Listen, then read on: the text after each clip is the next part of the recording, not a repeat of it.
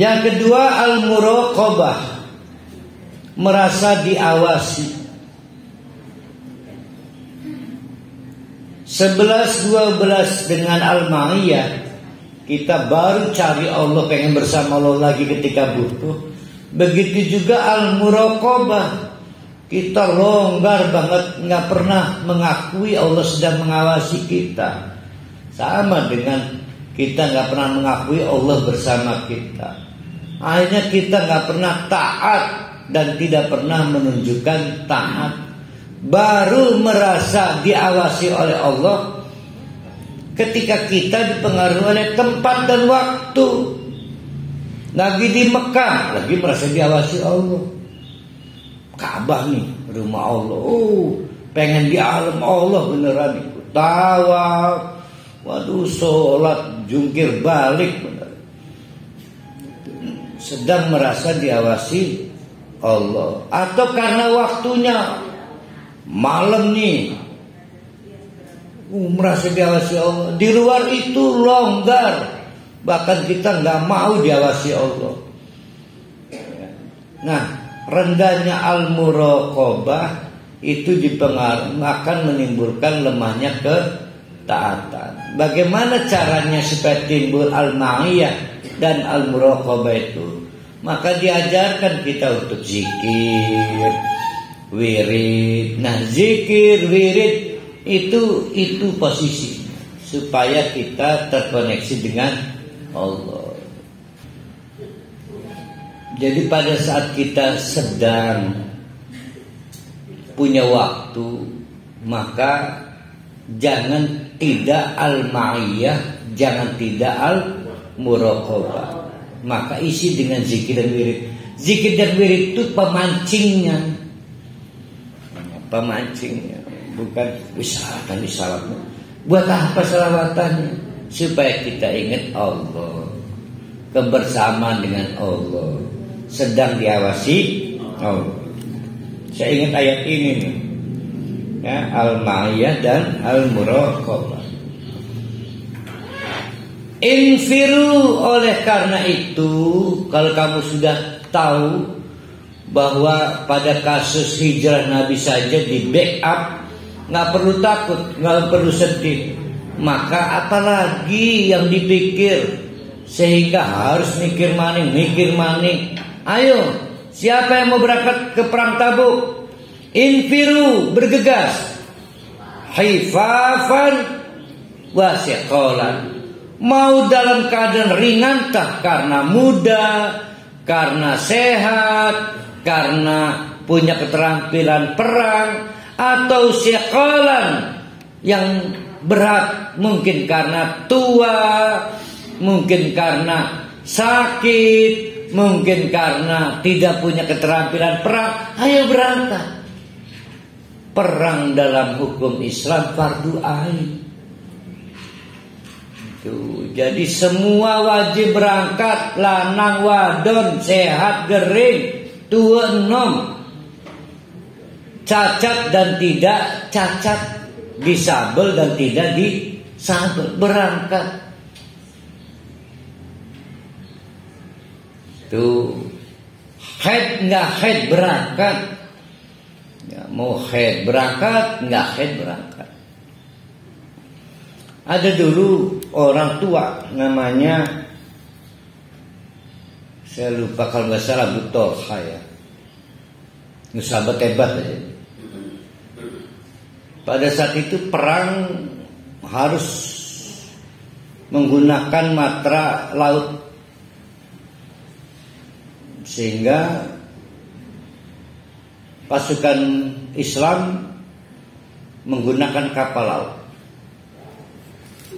Nah, Tolha salah satunya mau ikut. Anak-anaknya nggak ngasih izin.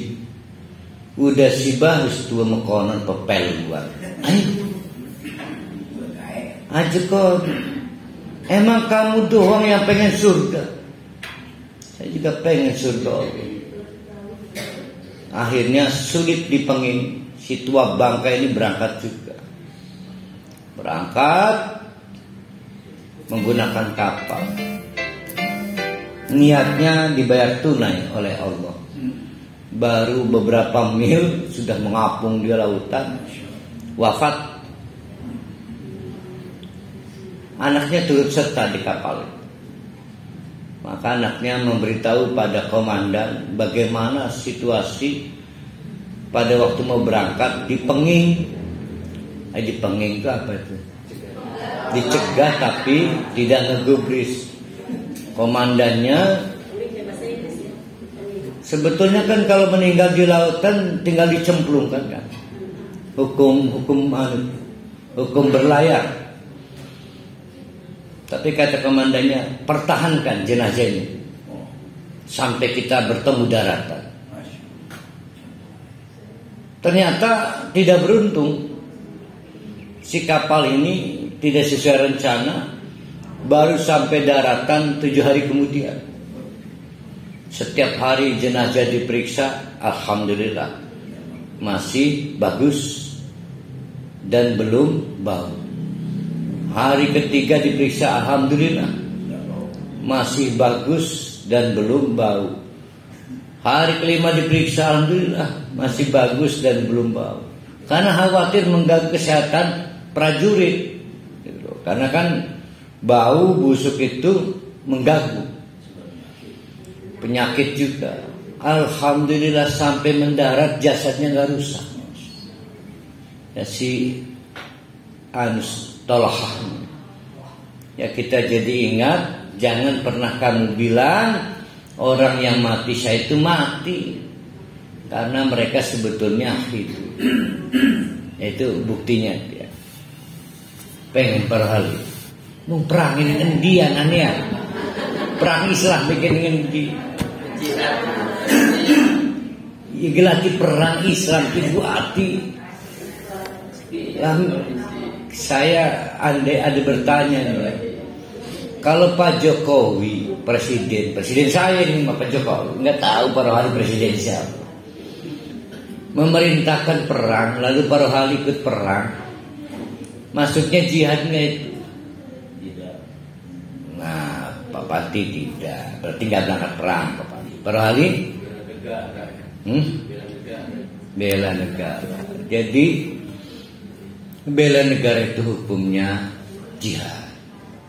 Karena kalau tidak bela negara kita dijajah dan itu dilarang Allah. Kita diusir dari tumpah darah kita dan itu haram. Ya. Itu kan kisah masalah Ustaz. Kami ingin seperti itu juga Ustaz. Bagaimana caranya Ustaz? Cara gimana tuh? Menjadi orang yang seperti salah Nabi Nuh. Tadi itu pasti setiap orang ada yang dipilih oleh Allah untuk dimungkinkan membuktikan janji-janji Allah itu. Maka ketika dipilih oleh Allah jangan ditolak. Jadi sejarah itu kan teori dasarnya berulang dan berulang. Nah, pemerannya bergantian. Nah, aktornya itu. Siapa yang akan jadi tolak lagi pasti Allah pilih. Wallahu a'lam, apakah Pak Rohali, apakah Pak Jamal, apakah Pak Jirusti, pasti akan berulang. Tapi buka hati ketika undangan Allah itu datang, jangan ditolak. Ya, nah nanti kita akan ketemu ayat yang nolak kesempatan emas itu. Kembali berarti hukum berangkat perang itu fardu ain. Tidak dibedakan ringan berat, tua muda, sakit sehat, perempuan lelaki, walaupun fungsinya beda. Kan nggak mungkin Bu Suirat nembak wong kan, nggak mungkin. Paling udah kopi kena komandan itu udah berangkat perang. Nah Bu Neng kebagian ngegawe sendok ya, buat muder kopi lah. Mana ini Wajahidu bi amwalikum. Maka untuk perang itu maksimalkan penggunaan harta kalian. Wa anfusikum, dan apapun yang ada pada diri kalian, bukan nyawa. Nyawa itu salah satu apapun yang ada pada diri kalian. Apa yang ada pada diri kalian? Pendidikan, kehormatan, pamor, potensi sosial, potensi politik, terakhir nyawa. Nah itu wa anfusikum, apapun yang ada pada diri kalian. Yang pada diri kita kan banyak. Dengan tangan kita bisa memukul, bisa memindahkan barang, bisa menunjuk anak buah.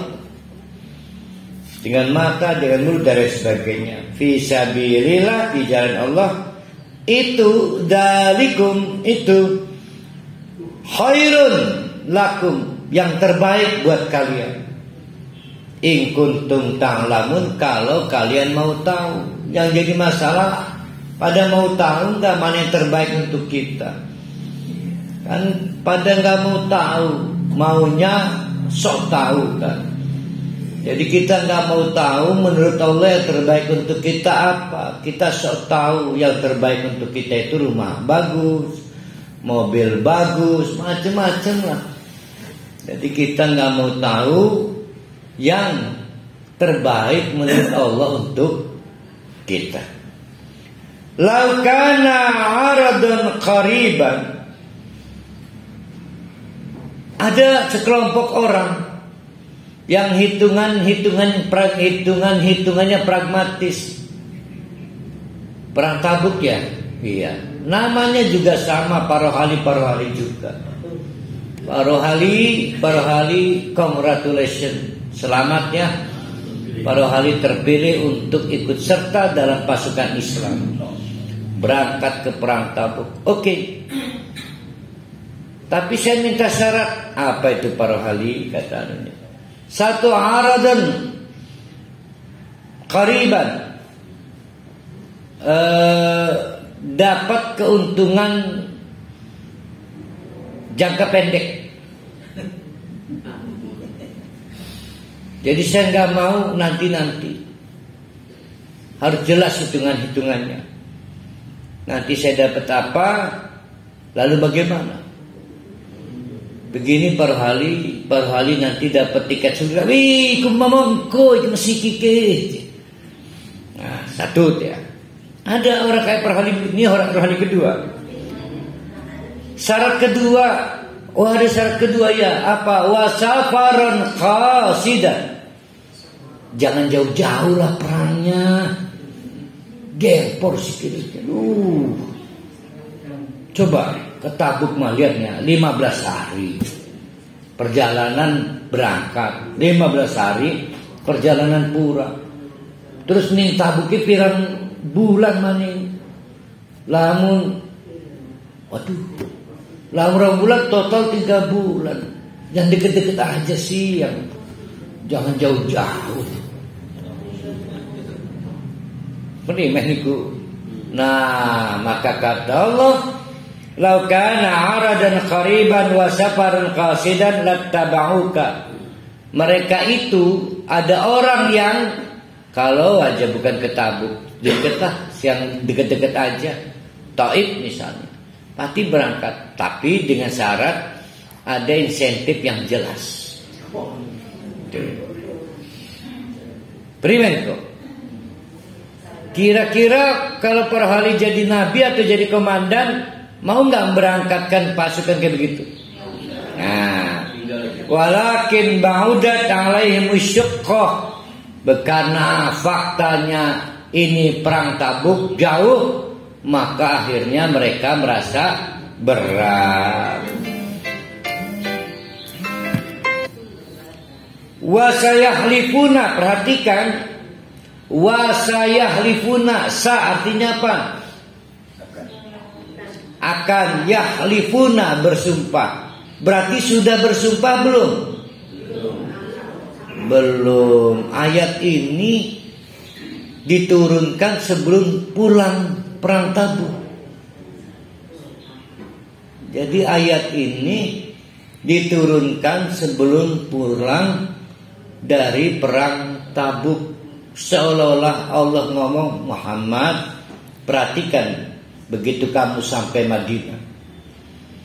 Mereka ngomong begini, lagian Nabi berangkat jauh-jauh amat perangnya, kalau dekat mah saya ikut itu. Apalagi yang aturan mainnya jelas.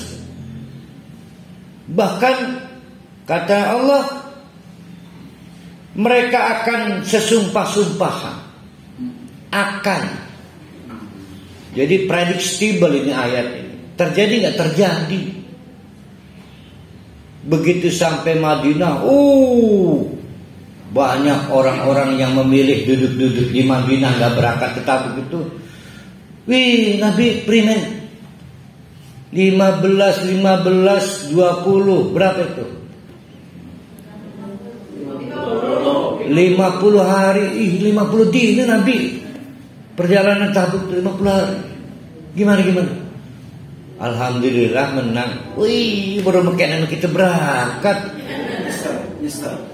Salah isi ada sih, kurang lebih begitu. Demi Allah, bahwa pengen berangkat, aku pengen berangkat. Pengen di alam Nabi. Kejadiannya itu, ayat ini turun sebelum sampai Madinah. Tapi Allah sudah memberitahu Nabi Muhammad, kata Allah, wa sayahlifuna billahi, mereka pada sesumbar bersumpah dengan nama Allah, billah, lawis tatona la kharajna ma'akum, barang yang melamun kuasa badan sehat niru berangkat Rasulullah. Ampurane apa kuda sekarang segala gitu ya. Sehingga ampurane tidak ikut-ikutan. Terus anak menyarap pulang tahun, krunya ya. Di sepuranya wis niru berek ya, esake menang ya. Padahal masa saya nggak berangkat, saya was-was takut Nabi kalah gara-gara saya nggak berangkat ya. Konon ya, saya ingat parhal itu kalimat-kalimat parhal yang itu ini mah, bukan ini. Nah itu munafik banget ya, munafik banget. Tapi hebatnya ayat ini belum terjadi, tapi sudah dibocorkan. Oh, ini hebatnya nih.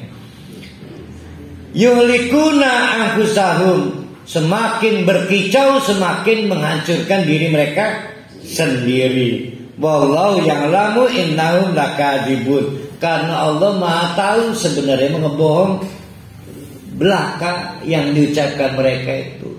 Ampura Nabi dalam sehat pasti berangkat, bohong. Lah menurut adoh berangkat. Parah kita tetap berangkat apa dimati itu.